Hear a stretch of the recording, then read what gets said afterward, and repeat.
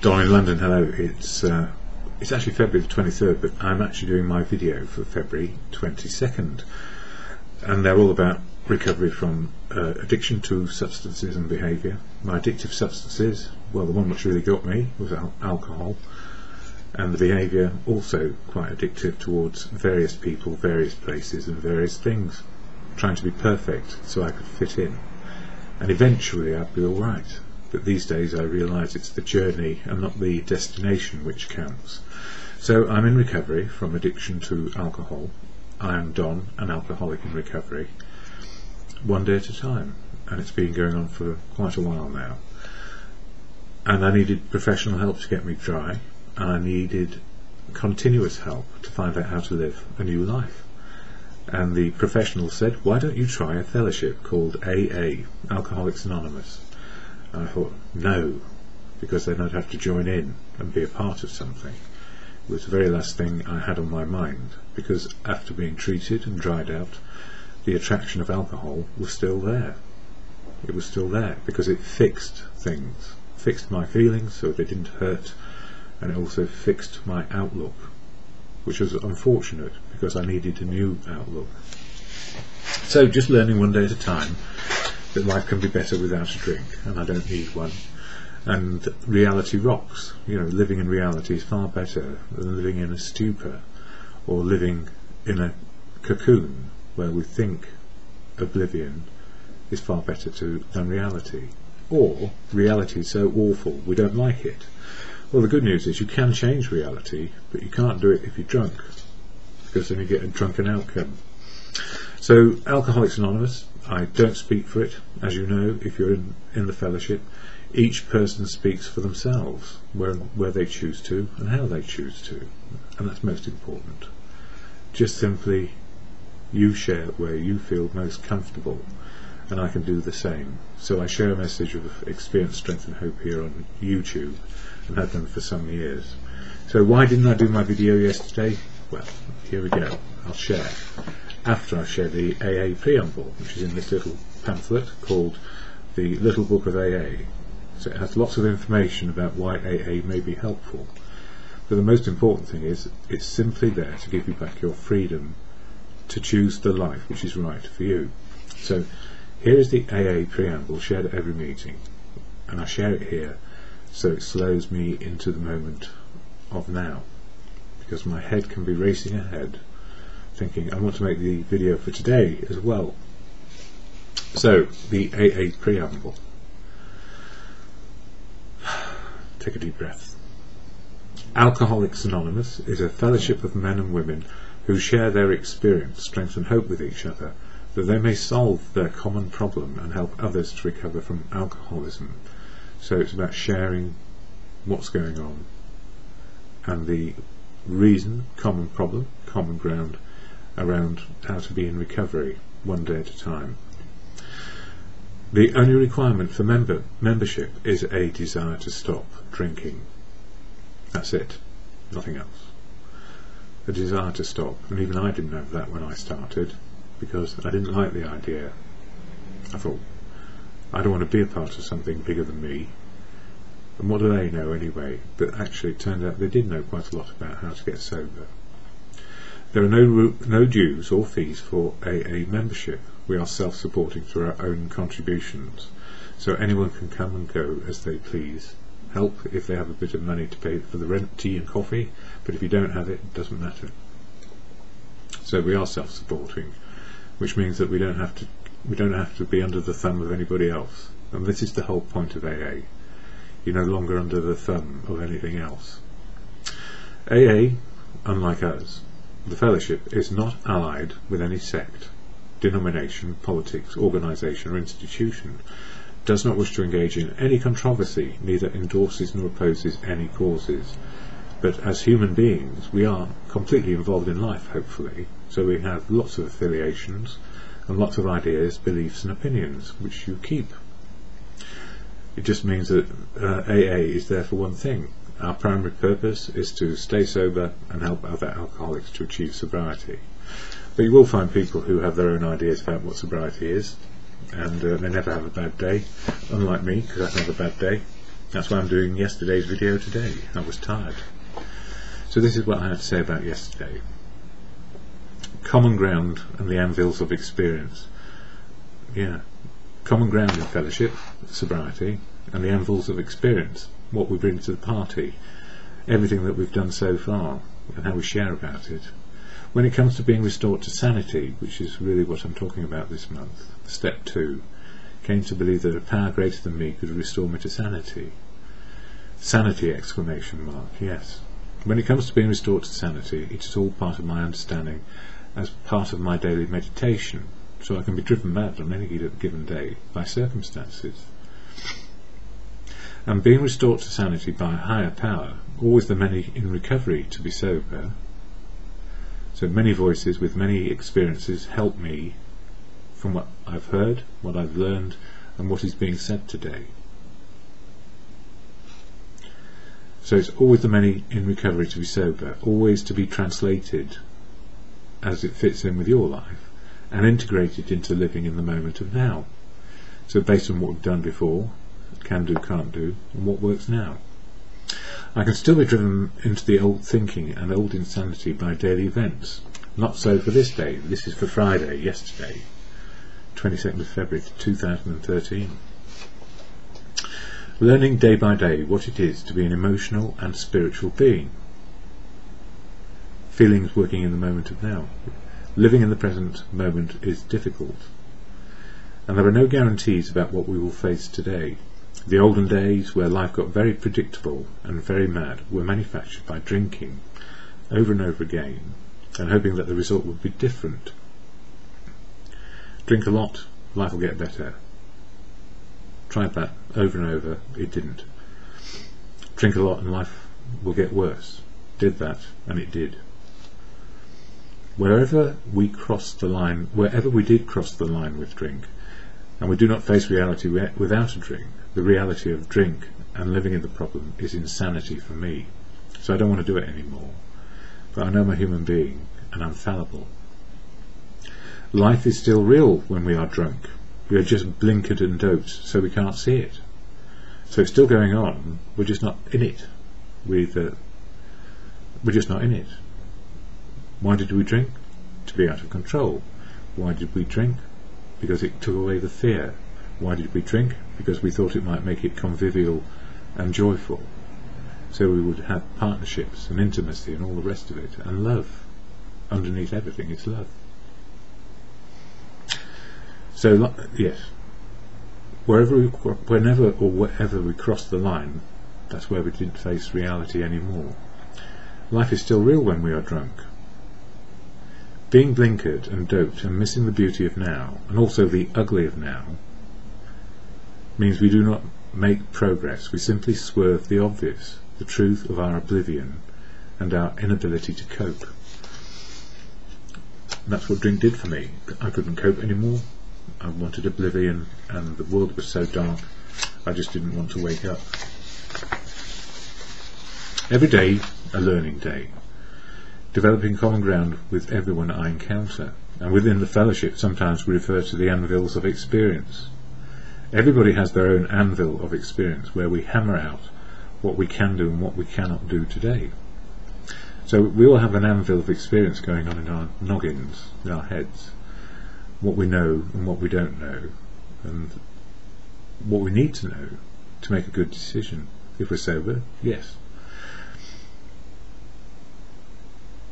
We can adopt an outlook of living in the problems or living in the solutions. Still open to us. We can be a problem, or take everything as a problem, or look at it, well, yes, I see what the situation is. Now what can we do together to make it better, work right, or work well together? And emotionally, how do we feel about that? Yeah, but as it happens, somewhere in between, most often, this is between problems and solutions, this is where we are. We can adopt an outlook of living in the problem or living in the solution, or somewhere in between most often, because life is not cut and dried if we are in the company of fellow human beings.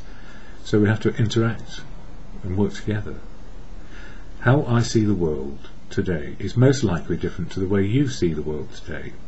because our senses work differently. Our five senses and even our sixth sense work differently at different times. And because of our life experience, it can get difficult, so there can be conflicts and misunderstandings all day long. At the same time, we exist together and we have similarities which far exceed the differences, usually, so we can live in harmony when life is good.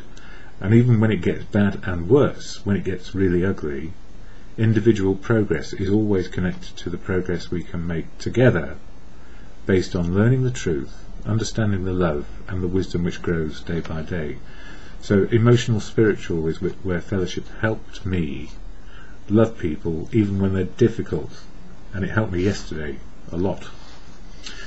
Writing this daily reflection, 22nd of February 2013, I am a day late in writing this. Yesterday morning I had breakfast with my sister, which was wonderful, who was up in town for various reasons, both social and business, and part of the social was we catch up and have breakfast when we can.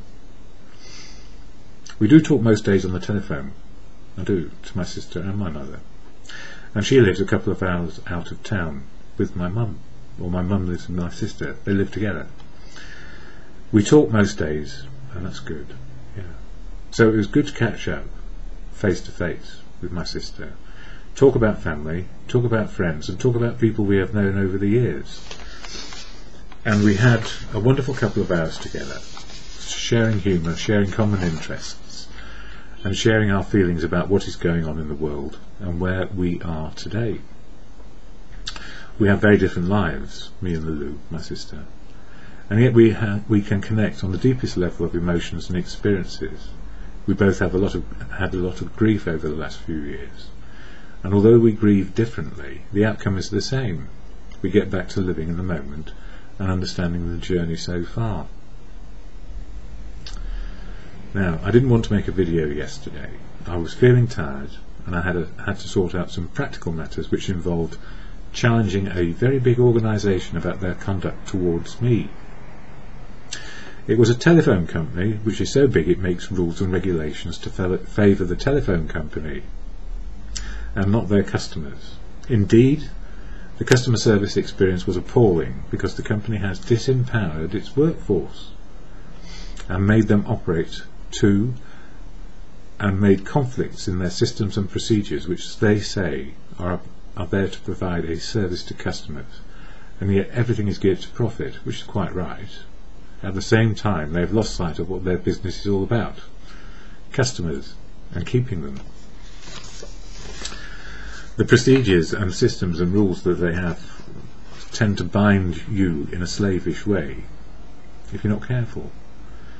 So I will bind myself just enough, 4 weeks worth of airtime, but no more than that, because I just don't feel it's right for me.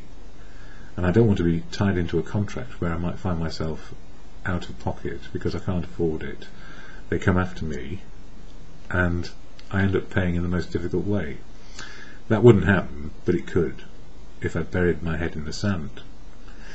Anyway, a phone call just interrupted my flow of feelings and thoughts, which is a good thing. My dear friend who did so, there are a lot of people experiencing hardship right now, and hardship impacts on our feelings, and sometimes feelings are so overwhelming we cannot cope, and this is in recovery. When it comes to tragic ailments which have no cure, denial of the truth is a coping mechanism, so you can't take it on board all at once. Now, on Wednesday my mum found out that she had one of her very old relatives die. My mum's 80 odd, so the relative was 90 odd. And last Wednesday she found out, and as she contacted relatives, her near and dearest, about either her age or a bit younger, she contacted the relatives about what was happening next. She got a typical Yorkshire response about what was happening. So we all come from Yorkshire, by gum country, as some people say, but Yorkshire folk are deep, like any folk anywhere. They're very deep, but they have a typical reaction to death and destruction. Two other relatives decided that they may go to the funeral, which was yesterday, if they were able and able to fit it in with going to the supermarket and having some steroid injections.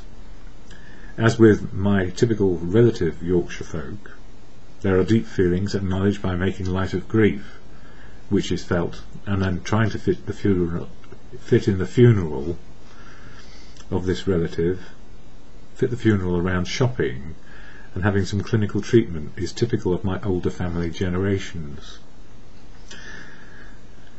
It's true. They just said, well, we'll go to the funeral if we can fit it in around the supermarket and getting the injection sorted. So you don't know the depth of feeling from the way they proceed, which is to level the depth of what they feel. They do feel deeply, I know that.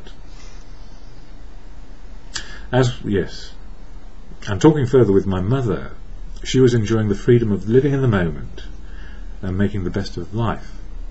Her life, which she can cherish in the most simple of routine activities which she likes doing, while still being treated for her own cancer at the same time.